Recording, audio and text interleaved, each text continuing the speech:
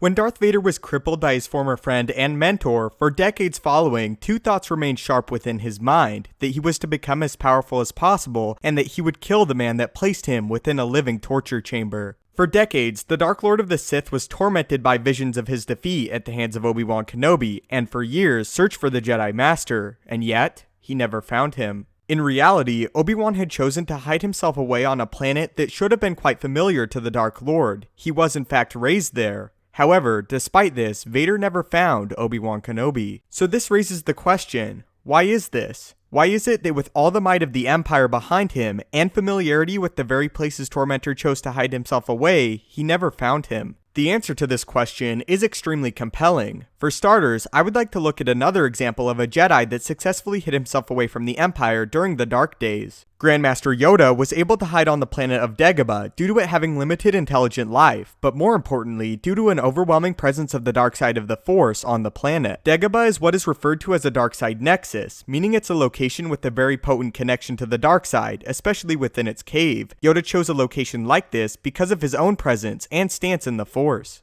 Yoda, being one of the most powerful Jedi and light side users in galactic history, required a location that would balance out his signature in the Force, and thus chose Dagobah. Obi-Wan Kenobi also utilized such a location during his exile. Although nowhere on the same level of Dagobah, Tatooine still held a darker connection to the Force, mainly because of its inhabitants and dark history, as Tatooine had once been a fertile planet, but was ravaged by war. In A New Hope, Obi-Wan even somewhat references the dark aura of Tatooine's largest city, where he comments, quote, "Mos Eisley Spaceport, you will never find a more wretched hive of scum and villainy." This tactic of course worked, as although the dark presence of the planet was nothing compared to that of Dagobah, so was Obi-Wan's connection to the Force compared to that of Yoda. The second, and perhaps more crucial reason Lord Vader was never able to locate Obi-Wan again has to do with the planet, but not its presence in the Force, but rather Vader's very connection to it. Besides killing Obi-Wan, the goal perhaps even more crucial to Darth Vader was killing Anakin Skywalker. Vader believed Anakin was weak, and that he failed to achieve all Vader believed he could, and had the right to achieve. Anakin to Vader represented everything he stood against, and Vader would do anything he could to keep his former self at bay. Returning to Tatooine would have brought the Dark Lord much hardship, as he may have remembered his youth and his mother. He may have experienced the pain he felt losing his mother decades ago to Tusken Raiders, but Vader would experience the pain of Anakin Skywalker, not the Sith Lord he had become. On the opposite side, Vader chooses to largely reside on Mustafar as a reminder. He wants to overlook the place where Darth Vader was truly born. He needs to remember the hatred he felt lying on the volcanic shore as he burned alive.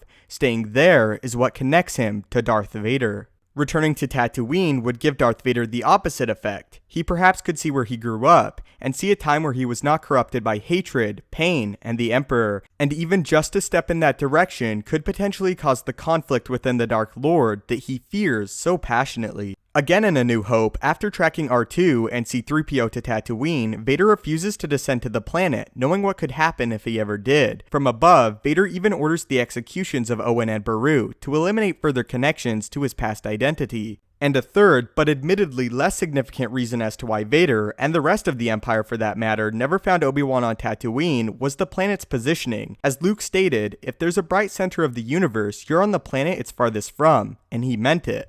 Tatooine is in the Outer Rim, and although there is an Imperial presence there, it is limited compared to other locations throughout the galaxy. The planet was also largely controlled and operated by the Hutt clan, not the Empire, which was a big factor behind their limited involvement. And as a final reason, Obi-Wan used the Force very limited on the planet, as he would not frequently reach out to others at all, instead keeping to himself mostly, and focusing more on meditation than grand acts using the Force. By doing this, Obi-Wan actually took a page out of Darth Sidious's book, who had successfully hidden from the Jedi Order for years. So all of these factors are what contributed to Vader and the Empire being unable to find Obi-Wan on Tatooine, and Luke as well for that matter, despite killing Obi-Wan Kenobi being one of Vader's biggest goals since his ascension to a Lord of the Sith. All of these reasons, and of course Obi-Wan changing his name to Ben, which thinking about it probably helped out the most. So what do you think about this? Is this a good explanation as to why Darth Vader and the Empire never found Obi-Wan Kenobi on Tatooine? If not, what would you have preferred as an explanation? If you could find the time and feel it deserves it, I would really appreciate it if you could leave a like, as it helps the video and the channel out a great deal. If you haven't already, maybe consider subscribing to ensure you stay up to date with everything Star Wars related, from news, theories, and explanation videos. If you have any other video suggestions, please feel free to leave them in the comments down below, as I do read them all, or you could always tweet them at me at Stupendous Wave. Thanks so much for watching, may the Force be with you, and have a great day.